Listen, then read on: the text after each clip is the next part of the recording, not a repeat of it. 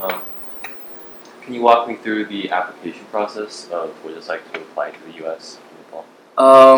It's very obscure because we're not raised up being like taught about colleges applying there and then the things that you need to do in order to get into colleges. It's just like when we grow up, all we hear is, oh, like some brother or some cousin he like went to the States to study, and then like beyond that there's no like division of like what the colleges are like because each college has its own character. We have no idea about that. And then we're like, let's say we're in the 11th or 12th grade, and then it's like hits us like a ton of bricks, like, oh, there's all these colleges, and then you have to choose, and then apparently there are like varying difficulties to get into.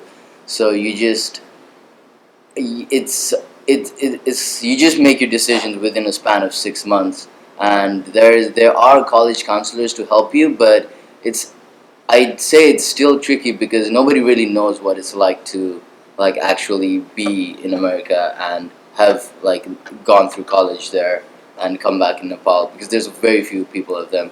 And my principal did do that to some certain degree, but for me, she just like pushed me into applying to top colleges.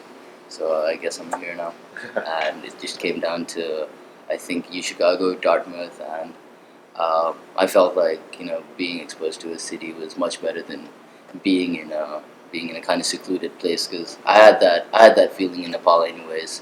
It's like it was just like, I could get that feeling in Nepal. Like if I wanted to like seclude myself from cities and like like human civilizations, I'd better do that in Nepal rather than anywhere else. Okay. So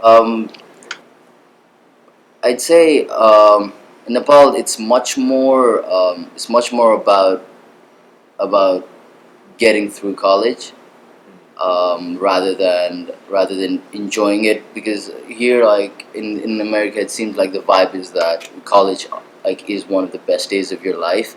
In Nepal, college is just first, second grade, third grade. It's just a grade you need to like get by with. It's gonna be fun, but it's nothing spectacular or out of the ordinary. It's not gonna be the best day in your life. So that's like that level of importance given is very different. The one thing I truly appreciate about the culture here is that like women are truly respected, as in terms of they're very much like equally. It's obviously it's not a perfect society, but it's much more perfect than what it is in Nepal. And that's something I like, and it's like something I really appreciated, but at the same time it was overwhelming, because in Nepal you just don't see women at positions of power, and it's kind of sad.